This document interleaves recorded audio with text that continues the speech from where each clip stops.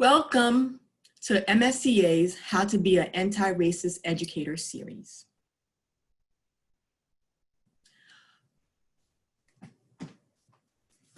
Part 1 webinar provided an introductory level of systemic racism and historic impacts on people of color, in particular Black and Brown people. Part 2 will go deeper and revisit the concepts of white privilege, the levels of racism, and provide more opportunities to practice talking about race, using our conversation tools to advocate for students. And we will wrap up our session by exploring ways to take actions toward your voyage in becoming an anti-racist educator. So welcome to How to Be an Anti-Racist Educator, Part 2. A few logistics before we get started. We're delighted to see many of you join us, and we encourage you to engage in the courageous conversation around race. This session will be recorded as a resource for members. Materials from this session, such as the video links, will be made available on MSCA's webpage within 3 weeks. If you missed part 1, we recommend you go back to our website to view the video. Due to the size of the group, I think we had about 700 registrants, so that's exciting. We will conduct some segments of the session in a webinar style with no audio participation. Based on your feedback, we will provide a few opportunities for verbal discourse during breakout segments. These breakout segments will not be recorded, therefore be sure to take notes in your journal.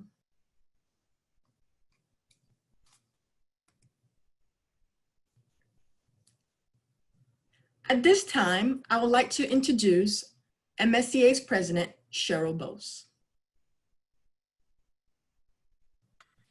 Thank you. I need a different picture up there. Hey, everybody. Good to see you. And thank you so much to so many of you who are joining this, and to Geraldine and Beth and others who are leading this workshop. It's an exciting workshop, and I am just so refreshed seeing that your comments in the chat. You're taking this to be a better educator, to better communicate with your students, especially students of color, and the myriad of reasons why you're taking this. And I commend you on that, because we all have to be in a continuing learning type of mindset to get better at what we do as a craft and making more of our students feel comfortable. I want to just share 2 anecdotes, because I know I have a short time frame, which is great for them to put me on a short time frame. Yesterday at the State Board of Education, they gave a report on the pre-K to 2 suspensions. And if you remember, there was legislation that said we can't suspend or expel students pre-K to 2. Well, there were special circumstances in which you can do that. So the reduction in suspensions and expulsion has, they've seen that, but there still is suspensions, and too many under disruption. But one of the things I shared with the state board yesterday is, one, we know that anytime a child clears out their classroom, that's a cry for help. And we need to provide more counselors, social workers, and psychologists to deal with the social emotional needs of our students, especially our youngest students. But in that data, there also was great disparity in the number of Black students who were suspended and expelled and white students. I believe it was almost a 2-to-1 ratio of more Black children being suspended and expelled. And as I see that in discipline data, I see that in this data that they shared, as we see it in the lack of students of color represented in AP courses. A lot of this has to do with our own implicit biases. It has to do with the structural and institutional racism that is set up within our public school systems and in our society. And so you are taking an active effort into helping us to reverse these trends and make education more beneficial for our students of color. And so I commend you for doing that. And the last thing I want to share with you, and I keep a sticky next to my desk here in my kitchen, is on our Learn More at 4, we had students from Montgomery County Public Schools join us after the murder of George Floyd. And one of the things that they said was they want educators to learn more. They want to not be the expert. They want educators to be the expert on race and curriculum and things that are impacting students of color. And the other thing they said is racism hurts. And so we all go into this to nurture our students and care for them. And so I believe we have an obligation to help eradicate racism. And again, I commend you for taking these steps to do that. So I thank you. I wish you a great workshop and a fantastic start to a very unusual school year. Thank you for what you do.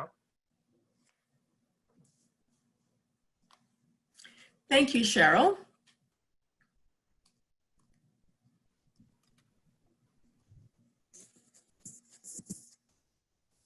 So I'd like to take a moment to introduce who will be part of your training team. My name is Geraldine Duval. I'm an organizational specialist with MSCA. My primary role is to develop and provide professional development for educators and ESPs across the state. I love this part of my job because it allows us to refine our skills and learn as a community.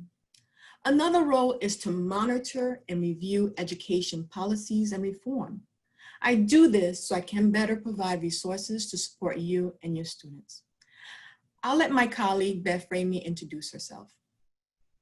Hello, everyone. My name is Beth.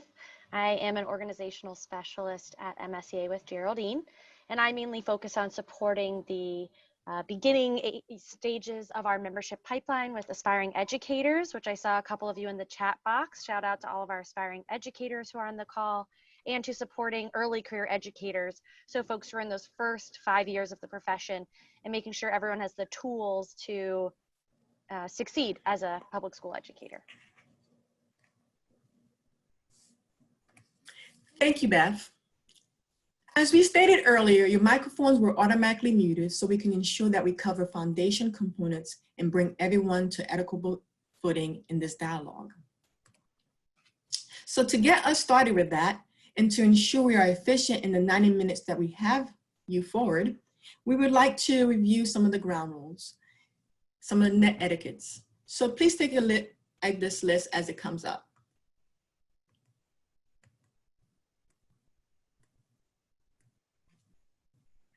MSCA wants to create a community where we're learning together. I'm delighted many colleagues are continuing the journey with us and have also enlisted new colleagues to join us in that journey. Without a doubt, we will have different perspectives on issues, and that's okay. As time is limited, we will not be able to hear the voice of all. So we realize this, and we want you to engage in the dialogue via the chat box and other tools that we will utilize. You can contribute to the growth of the group by sharing ideas and resources. During the breakout segments, we want to be inclusive to as many voices as possible. So please limit your comments to allow multiple perspectives to fill the room. As I tell my daughter, sharing is caring.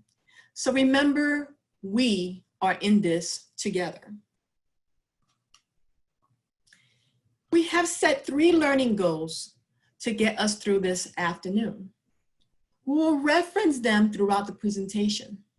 As you can see, these goals remain the same because the conversation around race requires that we delve deeply into each concept. We will explore these similar concepts, but we will approach them in a different angle. This will allow for another opportunity to hear different perspectives in the room. Goal 1, we will identify, use tools to strengthen our ability to constructively talk about race. Goal 2, we will build a common vocabulary and historical perspective to move the race conversation forward. And goal 3, we will build or strengthen your ability to apply race equity lens to your work and how we advocate for students. On the side of these goals, you will find icons. Each of the slides will have icons that reference back to these learning goals. Please use that as a tool to guide you in this conversation.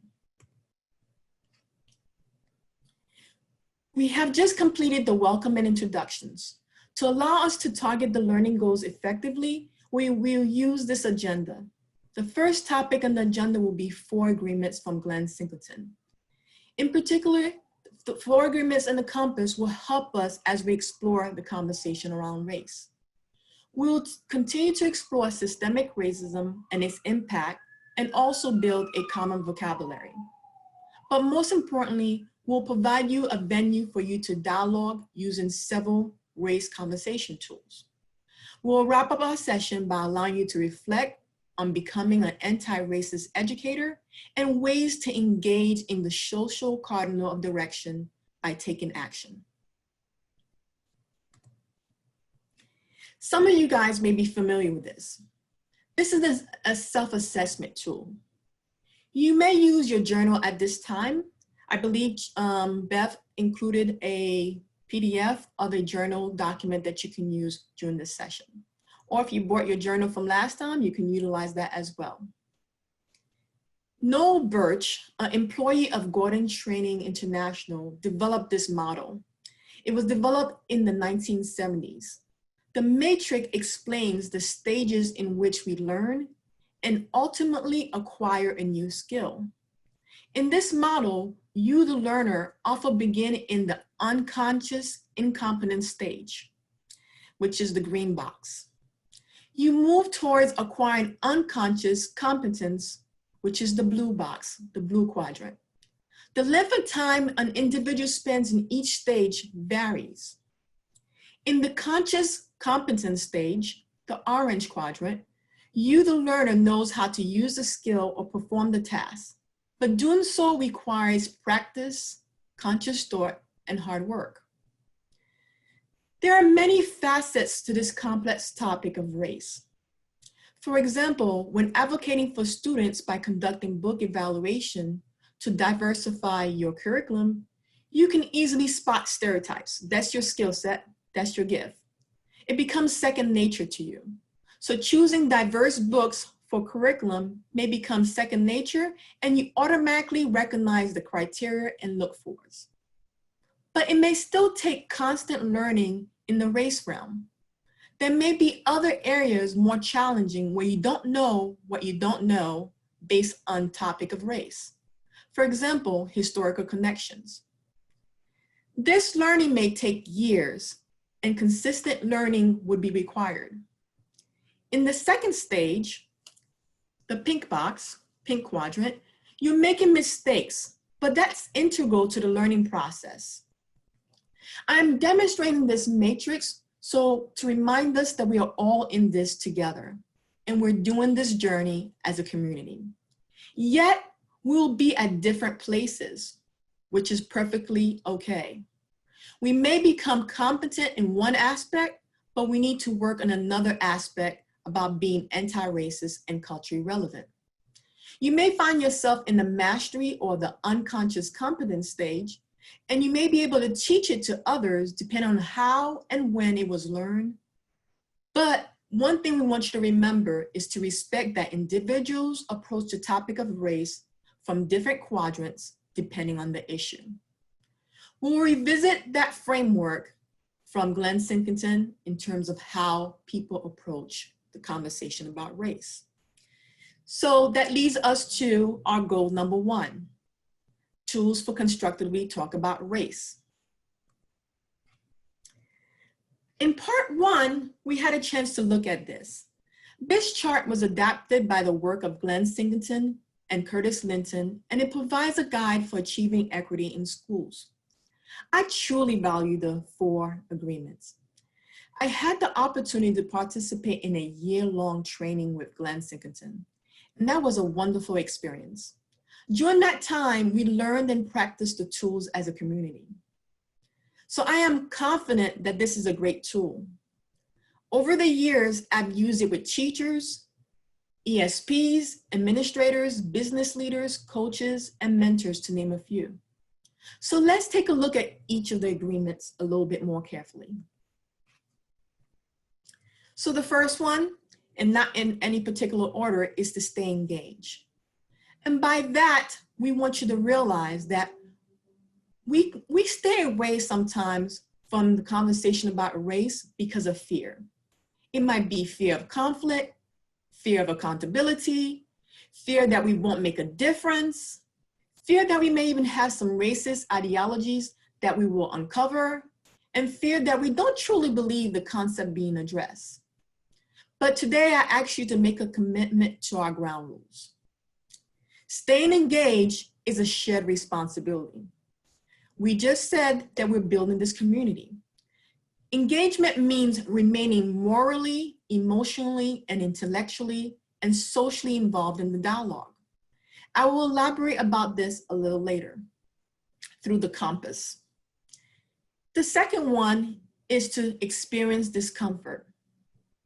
Again, in the dialogue about race, this acknowledges that discomfort will be inevitable. I ask you to make a commitment to bring issues into the open, share your perspective in the chat box, the whiteboard brainstorm activities, and the group breakout segments.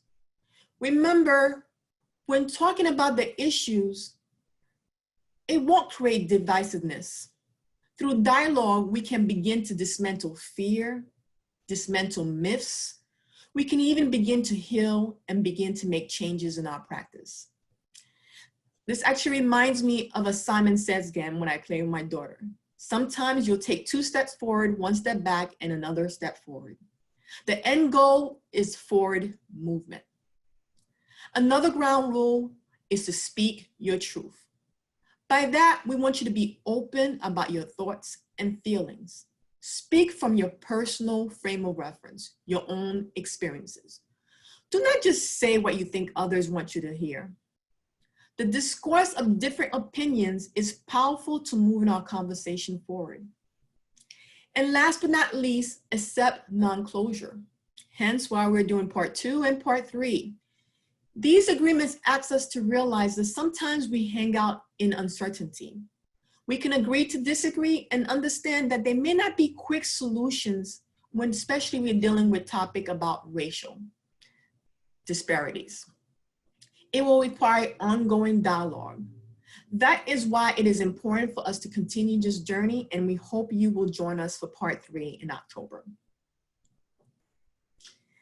Now to the compass that we use to guide our conversation. People often enter the conversation about race or promise or process the information about race through these 4 cardinals: moral, intellectual, emotional, and social. The compass was created so we can understand where people's opinions and beliefs lie. For example, feelings of personal remembrance or memory may be how someone's entering the conversation.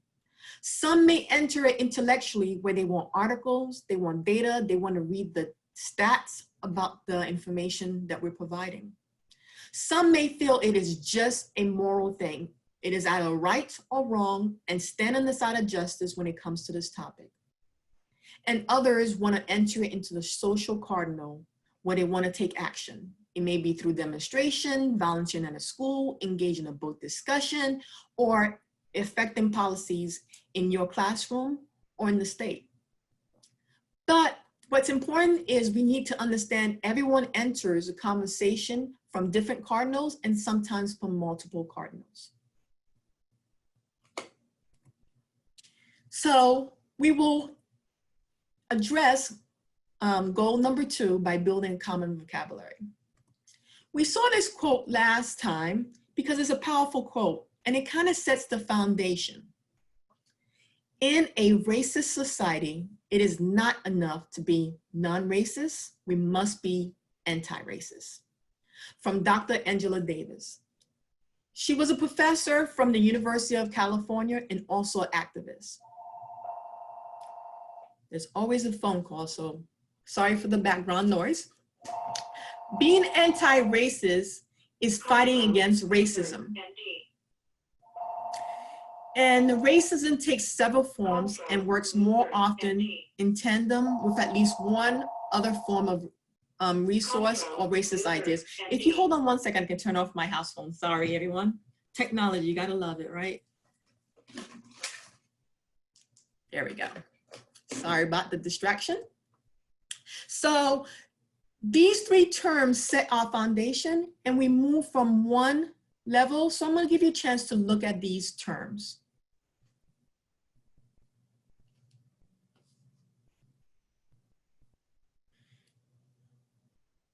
In the words of Glenn Singleton, race is a socially constructed characterization of individuals based on skin color and culture. And racism is any act that even unwittingly tolerates, accepts, and reinforces racially unequal opportunities and outcomes for individuals. So why do we make an emphasis between being non-racist and anti-racist? We explored this in part 1, and this time we will explore it a little bit more by using this particular analogy. I heard this analogy from Jason Reynolds, who penned All American Boys and also co-authored Stamp Racism, Anti-Racism in You with Ibram Kendi. And I thought this was a very good way for us to make this concrete for students. He uses the game of baseball to show what it takes to move from being non-racist to anti-racist. In his exact words, he stated, if you think baseball to be non-racist, it's going to be for you to hit a bunt. You hold out the bat, you hold the ball, you hope the ball hits the bat. You're not expecting it to hit the ball hard. You just want to get some contact with the ball so that you can attempt to make a play. So that's a non-racist reaction. But he says to be anti-racist, you must swing that bat as hard as you can. Go for the home run. Put in that extra effort to shoot for the stars and to actually swing that bat. To risk the strike, listen carefully, to risk the strike, you swing as hard as you can every single time because you understand that's the way we're gonna win the game. And that's how change occurs. So at this time, I would like you to ponder about this example. And if you're using our attached journal, at the last page, there are additional notes. Take a moment to reflect about that statement.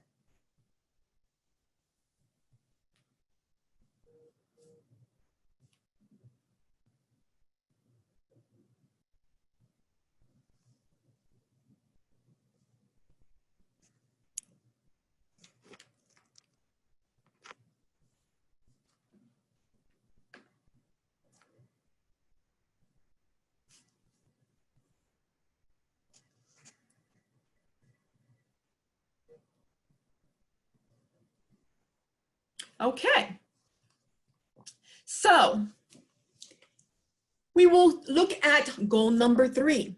Goal number 3 is how do we apply the race equity lens to our work? Well, when you visited us for part 1, we looked at this particular graphic. This graphic was a model created by Dr. Andrew Ibram, and it was inspired by the work of Ibram Kendi. It talks about how do you move from different zones to go from fear zone to learning zone, growth zone. And what I would like you to do this day is to crosswalk the conscious competent matrix that we just went over with this particular matrix of becoming anti-racist. I want you to use it to challenge yourself to grow. And in order to do that, to determine where in the status you need to move and what additional supports you need to move from one zone to another. In your journal, you can ask yourself these questions. What zone do I fit in? How can I move to the next zone? Who will serve as my resources? What actions I can take? How can I support my students and their families and colleagues of color? This will allow you to see how you can move from the different levels of the conscious competent zone in addition to moving towards the zone of growth zone that was portrayed by Dr. Ibrahim.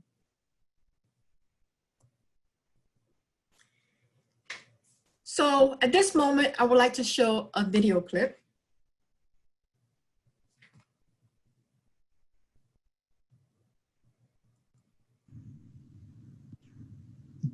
Line up, everybody line up. We're about to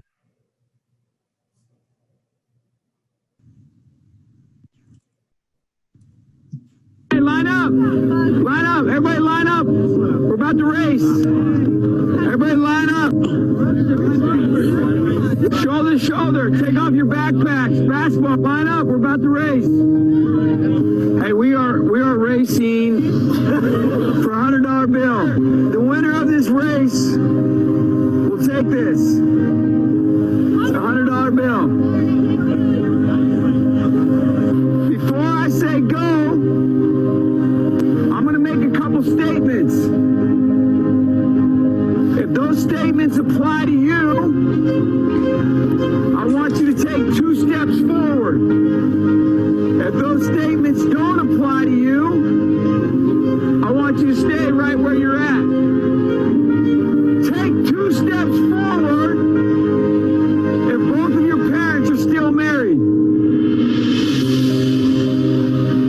Take 2 steps forward if you grew up with a father figure in the home. Take 2 steps forward if you had access to a private education. Take 2 steps forward if you had access to a free tutor growing up. Take 2 steps forward if you've never had to worry about your cell phone being shut off. Take 2 steps forward if you never had to help mom or dad with the bills.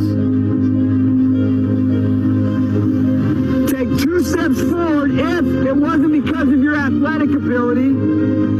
You don't have to pay for college. Take 2 steps forward if you never wondered where your next meal was going to come from. I want you guys up here in the front just to turn around and look. Every statement I've made has nothing to do with anything any of you have done. Has nothing to do with decisions you've made. Everything I have said has nothing to do with what you've done. We all know these people up here have a better opportunity to win this $100. Does that mean these people back here can't race? No. We would be foolish to not realize we've been given more opportunity. We don't want to recognize that we've been given a head start. But the reality is we have. Now, there's no excuse.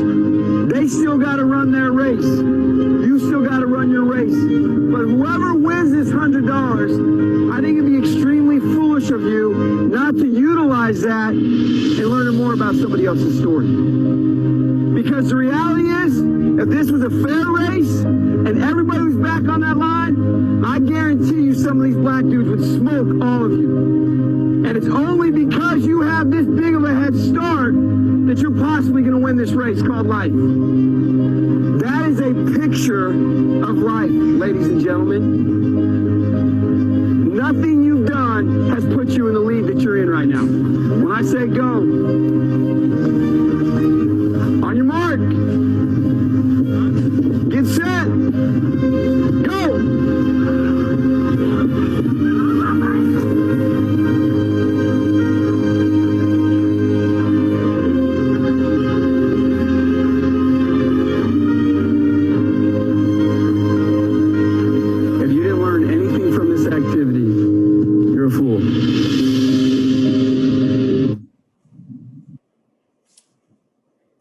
Some of the comments that this was a powerful clip.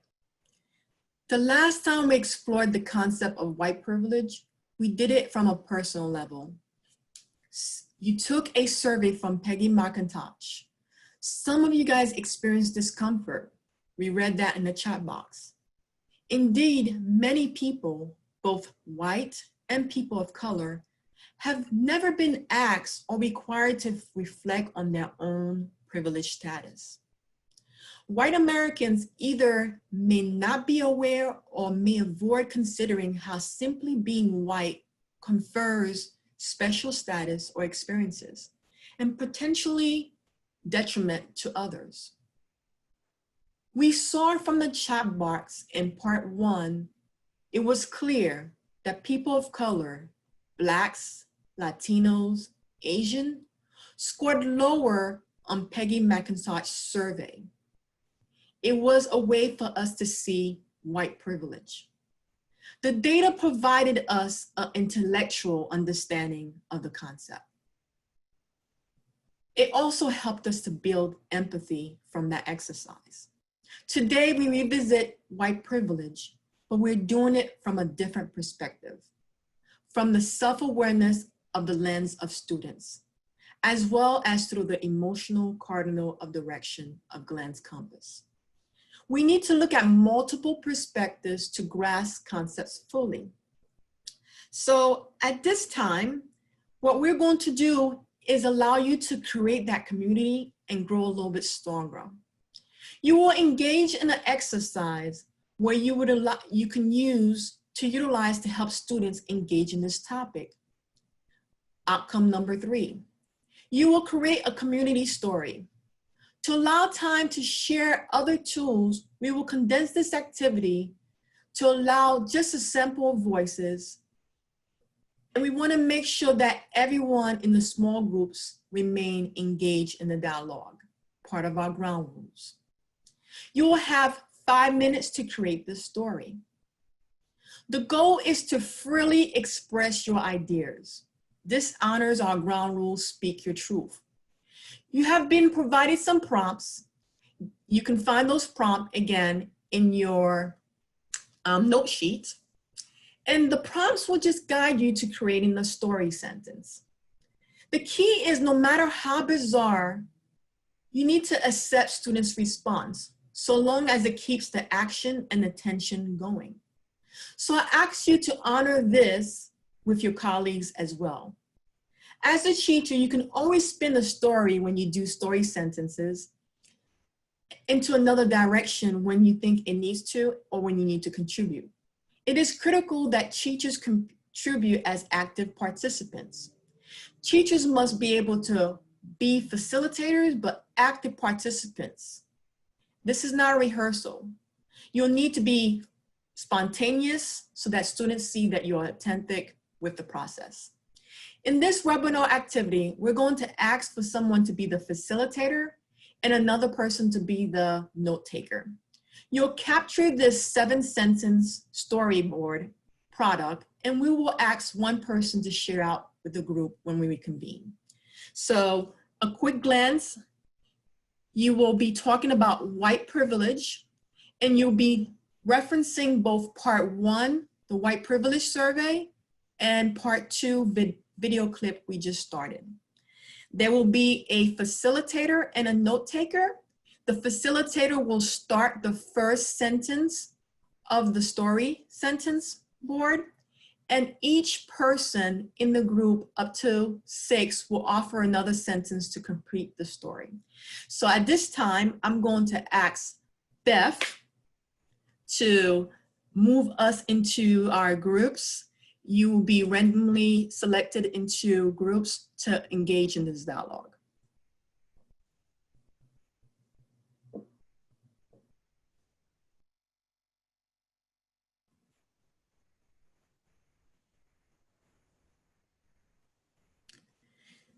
So you are just coming back from the breakout segments. We want to let you know that we will have another breakout segment. So again, when you receive a notice from Beth, you need to click on that button to allow you to go to a breakout room, and you will return back to the main session. So no fear. This will allow you to have these small group conversations. So at this time, you had a chance to at least start. You may not have completed the whole entire sentence story, but you've started to see the process of how you can create a story as a group and get a group buy-in into this concept. So at this time, it's kind of hard for us to see because we have many people on the online process, but is there someone who would like to volunteer on there? If you can put your name in the chat box, we'll try to find you in the list and unmute you so you can share your story, your group story.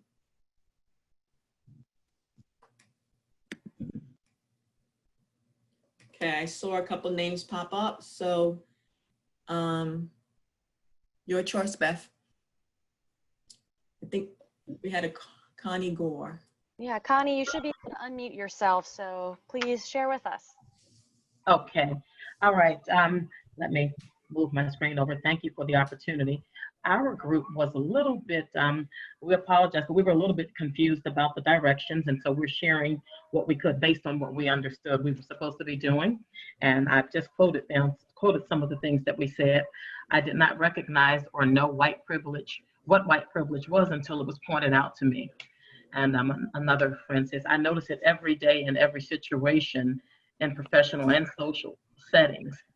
The video made some of us feel uncomfortable because most of us are not athletics, and the coach was speaking in athletic terms that to some it appeared that they were derogatory terms until it was pointed out that those were just normal, common terms that coaches use.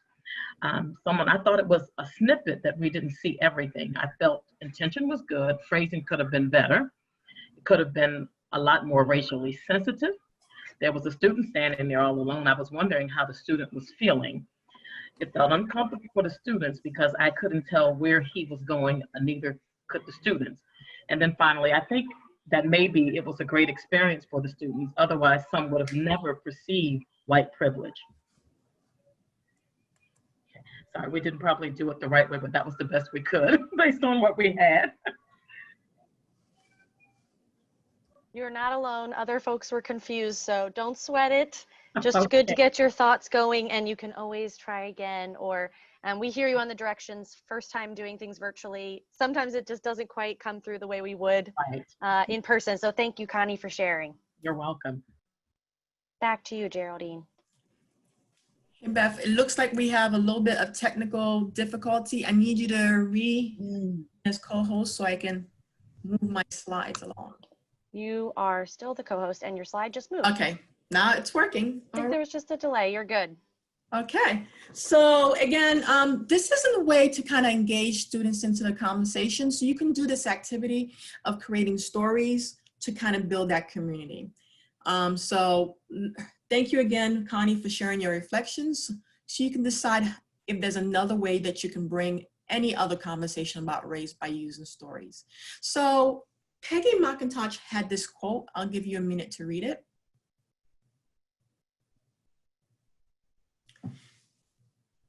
If you are unfamiliar with her work, she's an American feminist, an anti-racism activist, scholar, and speaker. And what she encourages the individuals to do is to reflect and recognize their own unearned advantages and disadvantages as part of an immense and overlapping system of power. So if you can take a minute to reflect about white privilege as we move on to the vocabulary for those who have seen this before, I'll give you a chance to look at the first term, white privilege.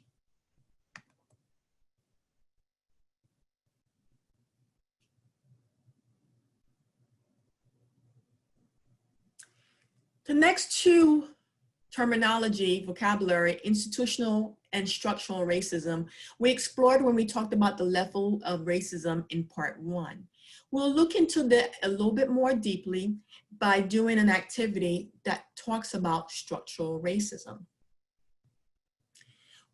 For this activity, you will be applying outcome number 3, a race equity lens and how to advocate for your students. We have a statement here, and it reads, the American dream, if you work hard, you will accomplish your goals. You can attain anything in this land of opportunity by ability and effort. What role does structural racism play in this mindset? Again, I will remind you of the definition of structural racism. Again, it involves a cumulative and compounding effect and interactions of institutions and policies that systematically privilege white people and disadvantage people of color. So as you think about that term, I want you to go to this Bitlit, which has a board for you to write your comments on that board regarding that statement. The Bitlit will be added to the chat box, so you can just click on that link and it will take you straight into our Lino board. I'm gonna stop sharing so I can show my Lino board for those who wanna see what that looks like.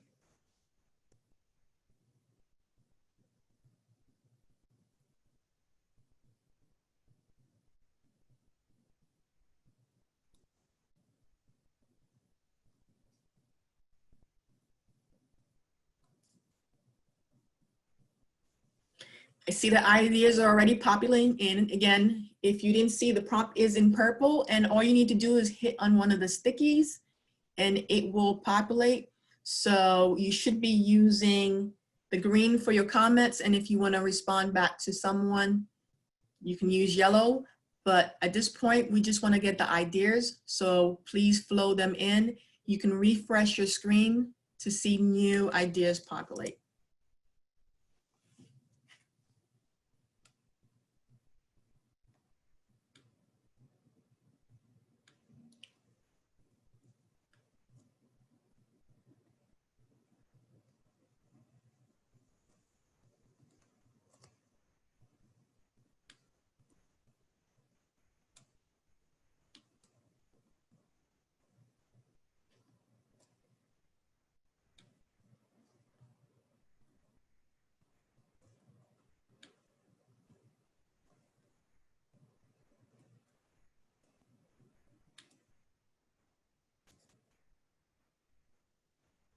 Okay, if we look, lots of great ideas are populating. See some saying not taking into account some advantages. Everyone is starting from the same place. Assume that no one has privilege, doesn't look into the historical process of power and systems that are unfair.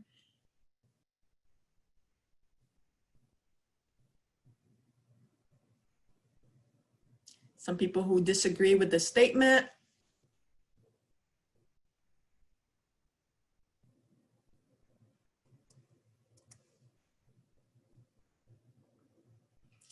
If you've never used a Lino board, this is a great way to kind of get students to talk about a topic, and we're using this prompt to kind of guide a conversation to see how everyone in the room is feeling about the term structural racism, and to look at how structural racism actually impacts students. So when we say that they can do it, it's fair, what does that really mean?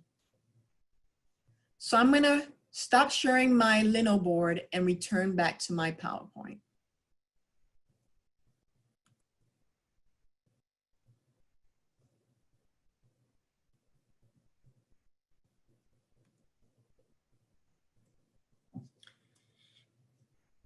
So to continue talking constructively around race and using levels of racism framework, you will be engaged in this case study in a few minutes. For those who were in part one, we talked about the different levels of racism. The two bottom levels, internalized and interpersonal, deal with the individual side of racism, and the two upper levels, institutional and structural racism, deals with systems.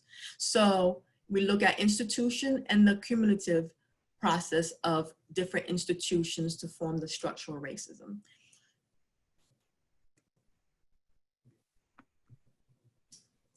What you're going to do as you go into your groups, you will read the scenario. Again, this scenario can be found in your packet.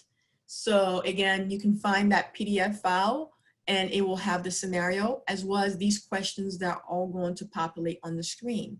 We're going to ask again for one person to lead the group and another person to be the note taker and reporter on the chat box. Remember to try to use your 4 agreements and compass as you engage in this conversation. You will have an opportunity to decide as a group whether you want to do the first 3 questions or whether you want to move to the other differentiated question, the 3 questions on the bottom in red. It depends where your group is at and where you feel you enter this conversation about race. In your group, you'll be looking at this prompt. For those who are not able to access it, I will include this prompt right now so you can take a quick glance at it, as you can find that also in your PDF. So in about 30 seconds, Beth is going to push you back out to breakout rooms. You'll have about 5 to 7 minutes total to read the prompt and consider those questions. Again, you must accept to move to the breakout room for that to occur. I put in the chat box the scenario and the questions as well, because I know there were some folks having trouble getting into the Google Doc, so it should follow you into the chat box. and it's in the Google Doc. If you have trouble, ping me and I will jump in to help. So I'm going to send you all. You should have seen a little pop-up on your window and just accept to move into your breakout room. Okay, you should be coming back from your breakout groups, and you had a chance to explore this scenario with an interaction of a teacher. Part of your conversation might have talked about where the teacher was coming from, what lens. It's obvious also that this scenario could involve different levels of racism. So when we look at the student who had a negative image about self, like no one thought they were beautiful, that child was expressing an internalized level of racism, not seeing the beauty. So the issue of colorism comes out in this scenario. When we look at the interactions of the multiple students who were using a negative reference to the Mexican students, that was more of an interpersonal level of racism, interaction of multiple students. Again, seeing a negative comment about a race. Again, both internalized and interpersonal. Although this scenario doesn't quite get into the institutional racism, you can kind of see that there might be some underpinnings about where institutional racism comes into play. Are there books in that school that allows the students to see themselves, to engage in conversations where they see counter stories about Mexican-American history, about people of color who have had positive impact in our history? So this particular scenario, you can see all the different levels of racism expressed, and what it makes us realize is we as educators can come up with solutions to make sure that our students are recognized and we can recognize their issue and concerns around race. I end this particular slide, as we talked about in part one, to realize that sometimes we focus more on the individual side of racism and not the group acts of racism. It is important for us to intensify our focus on systems, how we can change the education systematic racism approach by looking at diverse literature, positive counter stories, and debunking myths.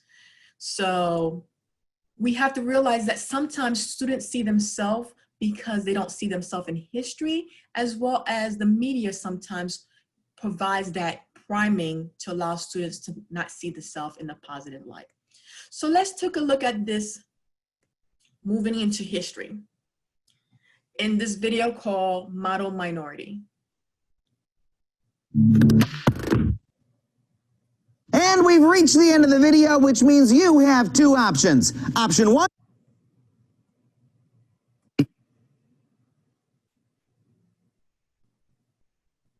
I'm sure glad we left the pool party, Trey. Math homework is way more fun. Computer, that's the first thing you've ever said that doesn't add up. You're so studious, computer.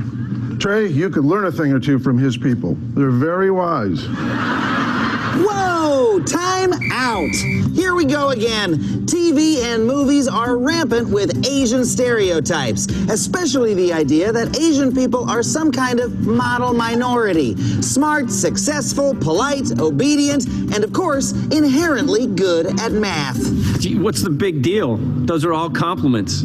Well, these compliments actually originated in a government propaganda campaign, and not too long ago, white Americans actually thought the exact opposite. Time in. In the mid-1800s, Americans were so hostile to Chinese people, the country passed laws banning Chinese immigration and denying their freedoms. They were stereotyped as a lazy, opium-addicted, menacing horde dubbed the Yellow Peril. Your old Uncle Sammy didn't stop there. Uncle Sammy! Yeah, Uncle Sammy hasn't been such a cool uncle. Because of anti-Asian racism during World War II, the United States interned Japanese Americans in concentration camps. Hey, it's our Japanese friend Kenji from up the street. Oh, that's not your friend. That's a spy. He wants to kill Americans.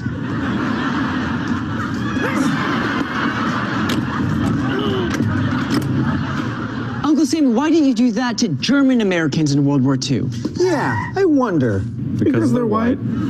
But all that changed when the U.S. needed to suck up to its Asian allies during the Cold War. See, as the Soviet Union rose to power, the U.S. worried that Soviet propaganda was making communism sound dynamite.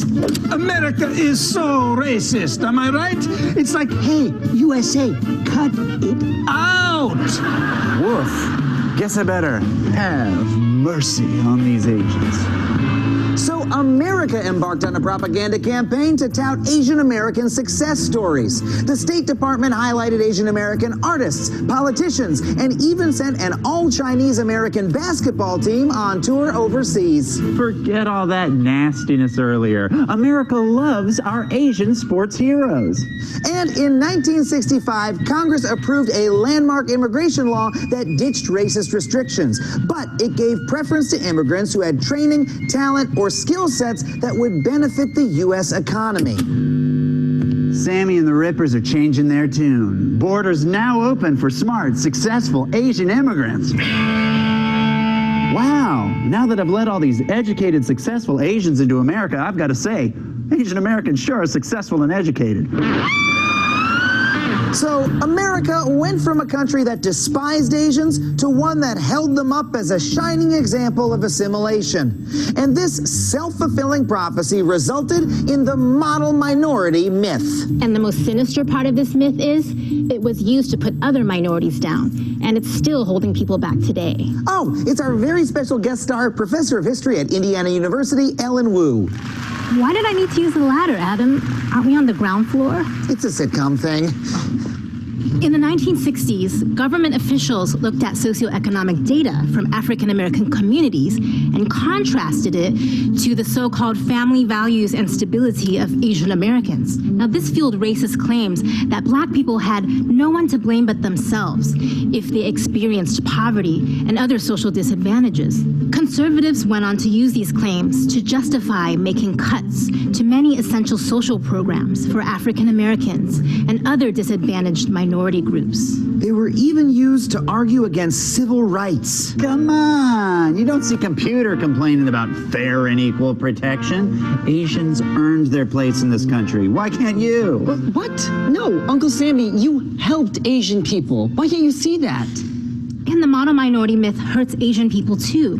If an Asian American student is struggling in school, many teachers assume that they don't really need extra help. And it's not true that all Asians are crazy rich and successful. The poverty rate for Asian Americans is actually higher than the national average. And frankly, it's kind of ridiculous that we lump people from so many different backgrounds together as Asian. Yeah, Asian people are not a monolith. Trey, you and your multi-ethnic adopted parents keep referring to me as your smart Asian neighbor. Specifically, I am Korean American, and sure, I'm smart, but I also love ultimate frisbee. Why doesn't anybody talk about that? You know what? This is messed up. Computer's a person who contains multitudes and probably has a real name. You know what, Uncle Sammy? This is all your fault. Get out of my room. Whoa, watch the hair.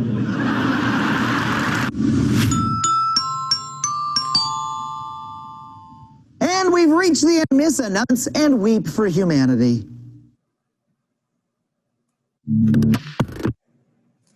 Okay, so at this time, I would like you to look at these two questions and decide to address either question.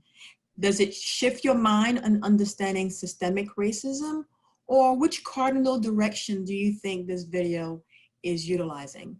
A little background as you are going into the Jamboard. You will find the question as well, so no worries.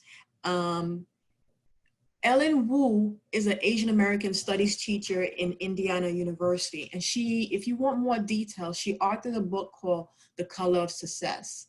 And what she has done is try to dispel the minority myth, because since the end of World War II, many white people have used Asian Americans and their perceived collective success as a racial wedge. And you ask yourself, why is this important? The effects. Well, minimizing the role racism plays in persistent struggles of other racial ethnic minority groups, especially Black Americans, doesn't allow us to understand the historical context of how that has affected some groups. So if you want to know more detail, again, you can look at the history of how certain groups of the Asian community were affected. If you look at the Chinese community, they populated back into America in the 1970s when the economy wasn't that good. And some of the white Americans felt that they were taking their jobs away. And so that created the Chinese Exclusion Act, which banned them from immigrating into the United States. And so that's the negative image that some Asian groups tried to dispel, and hence came about the minority myth, where they started to realize that after World War II, they needed to change that perspective. So go ahead right now and enter your Jamboard and write out any comments that you want related to any of these two questions on your Jamboard. If you can't get in the Jamboard or you're struggling, just drop your comment in the chat box too. That's totally fine.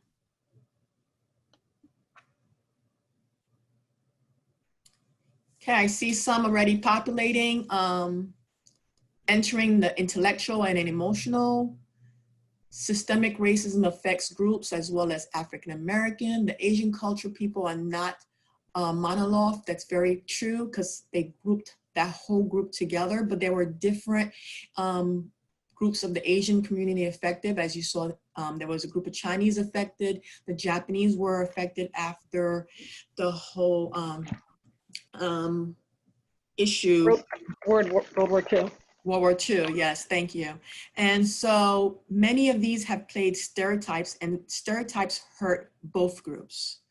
So that's the danger of a single story I see populating. And it's good to have these counter stories so we know how to move towards there. I see another person agreeing with the danger of a single story. So again, the idea behind that is to realize that there's history that surrounds some of these race issues that affect us deeply. This Jamboard will still be live after our session, so please feel free to add some more so people can reflect on those pieces.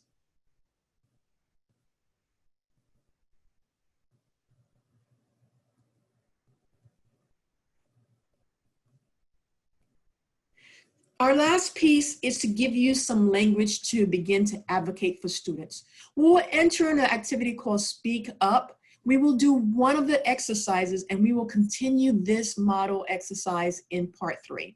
So again, a famous quote by Elie Wiesel. He was a writer, professor, and political activist. And he says, "To remain silent and indifferent is the greatest sin of all." So the tool that we're going to use is a tool from Teaching Tolerance. We gave you the website in your PDF. It's also on this website. And it gives you 4 ways to respond to an issue: interrupt, question, educate, and echo. Interrupt means you speak up when you see something is being said that has a racist remark. Question means you find out what was the reason behind it. Does somebody understand the historical perspective? Ask questions. Educate, based on what knowledge you know, in terms of what level of competence you are in the topic of race, educate them. Give them information to debunk those myths. And the last piece is to echo, to speak your truth when you hear someone else dismantling these racist comments, to say great job and add on to that. So those are 4 strategies in terms of responding to racist comments. We're going to look at one simple video, and what you're going to do is decide which strategy you would utilize after hearing this comment and any follow-up actions you will do. This video clip is only 15 seconds, so listen carefully so you can decide which way to respond and some solutions, and you will add that information on the chat box.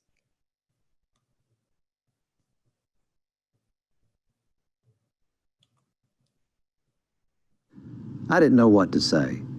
During a service project planting trees at a local park, I heard a group of students laughing, and one of them said, "Why are we doing this? Isn't this what the Mexicans are for?"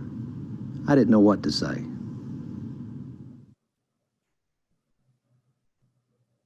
We're going to use a process called delayed chat box. So at this point, I just want you to write your response, but do not hit send until I tell you to.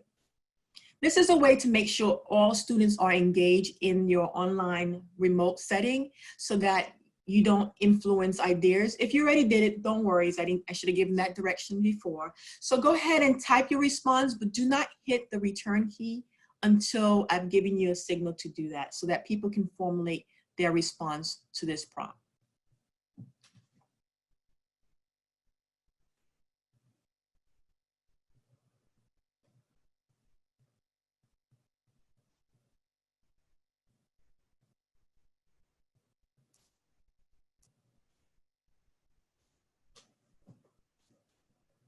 At this time, please hit submit and let's see what's coming up. I see a lot of interrupts, echoes, educate. Someone said I would make this statement about what are they trying to accomplish. I see someone saying not responding and giving students permission.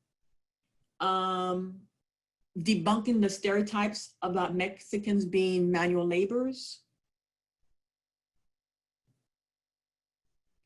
A lot of great ideas. Again, understanding that this can make you uncomfortable, going back to Glenn Singleton's 4 agreements. So we will explore, again, teach intolerant, speak up. So this was your first attempt at it. No worries, we're going to get to practice that again in part 3.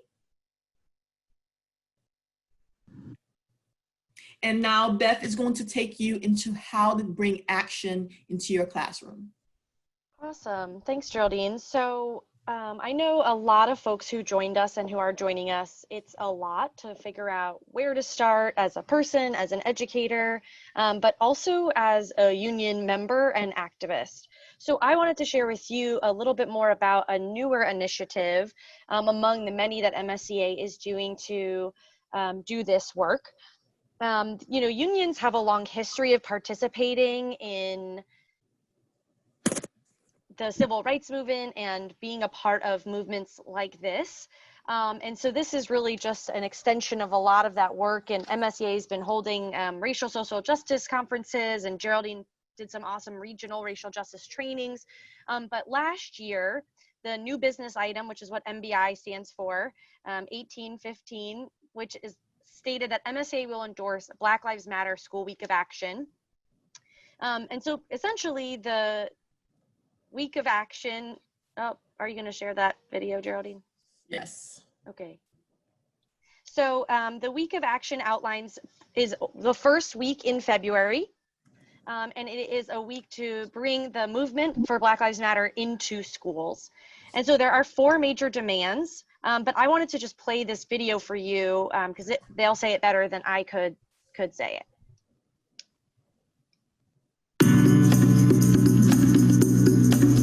What is happening in our schools today is heartbreaking. This is one of the racist rants discovered Monday at Oak Park River Forest High School. Our kids are being called the N-word.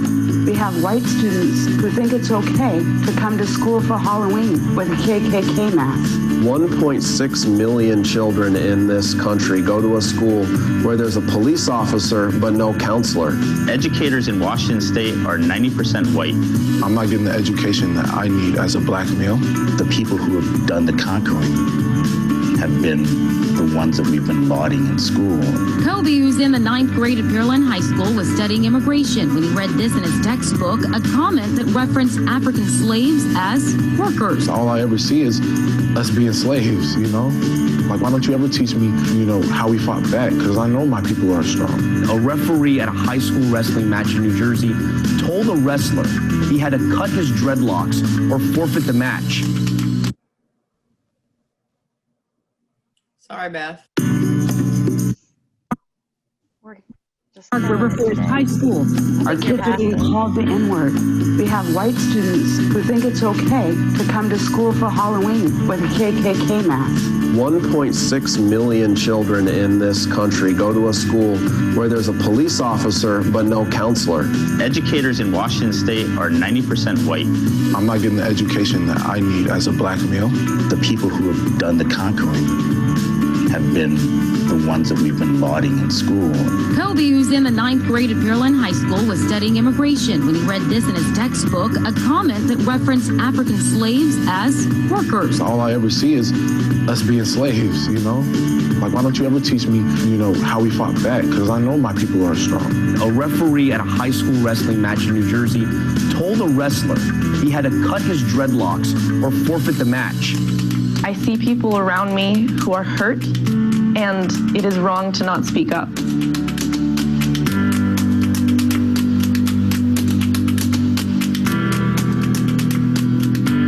Black Lives Matter at School is a declaration that black students deserve to be taught the truth and that their lives have value.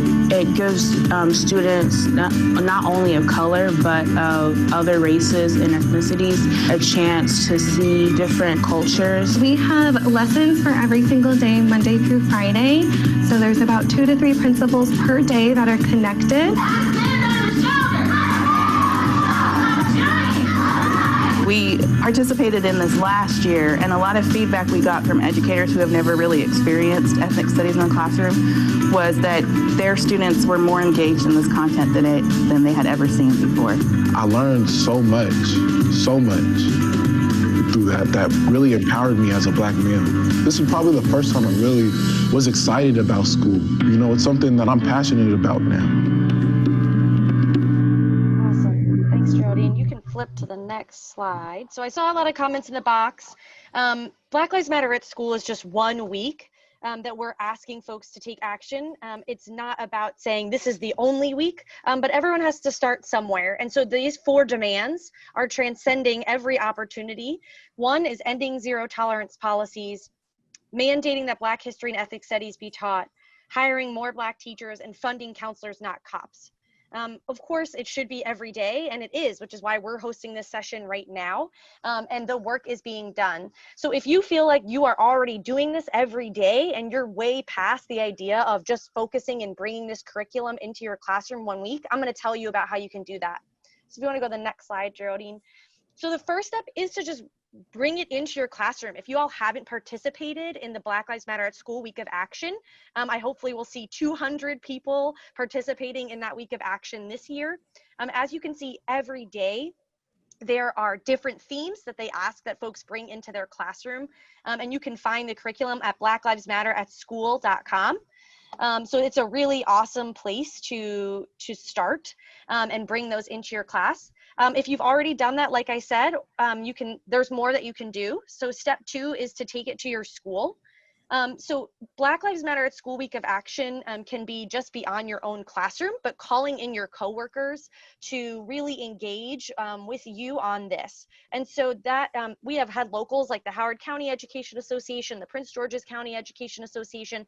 If you're local, I know Vernon is on here at the Baltimore County Teachers Union. If other locals have participated, definitely let us know in the chat box.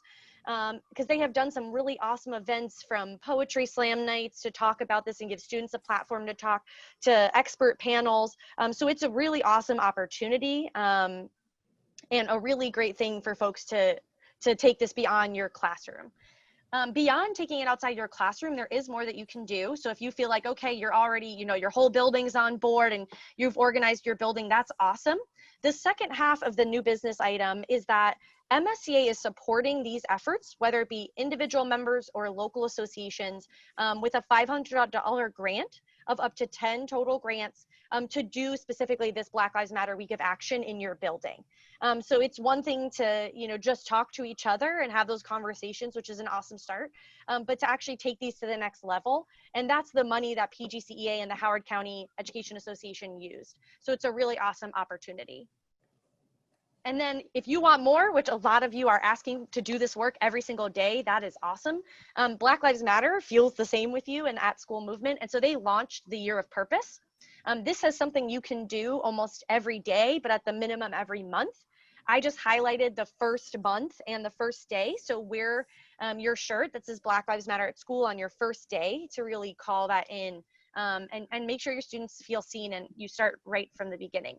The other things that folks are doing across the country are pushing their school boards to pass resolutions. Some folks might recognize these PGCEA activists and members and leaders. So you can definitely talk to Zena and Teresa and other folks there. The other thing is you can have your local union pass a resolution to say that you also support this work.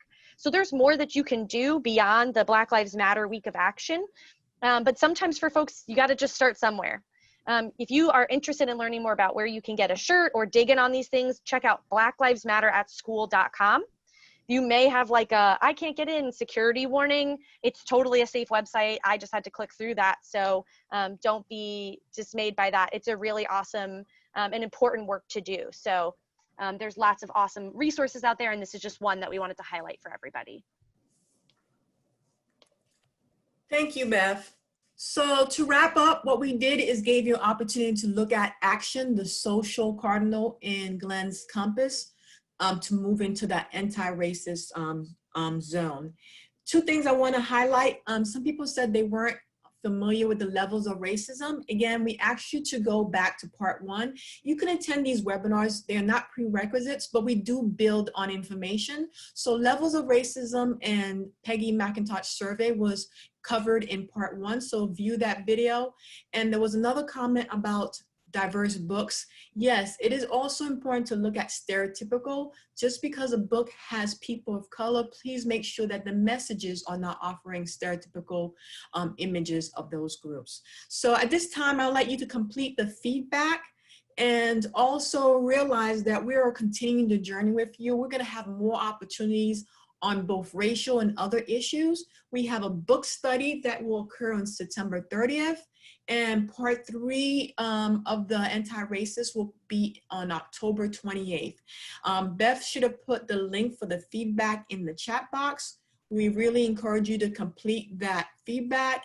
Again, our book study, part 1 will take place September 30th. We're covering Dr. Ibram Kendi's How to Be an Anti-Racist. We will dig into deeper, looking at action plans. We'll begin with that speak up exercise to get more exercise in how to speak up and look at solutions. In part 3 on October 28th, 2020, same time. So please go onto that site and register. We look forward to seeing you again as we continue on this journey. Any questions, please feel to contact Beth and myself. Again, I'm going to go backwards and include the feedback form to ensure that you complete that. We will stay online and answer any questions that populate on the chat box. And we want to thank you for joining us this evening for MSCA's How to Be an Anti-Racist Part 2, and hope you will join us for the book study on September 30th and the Anti-Racist Part 3 on October 28th. Thank you.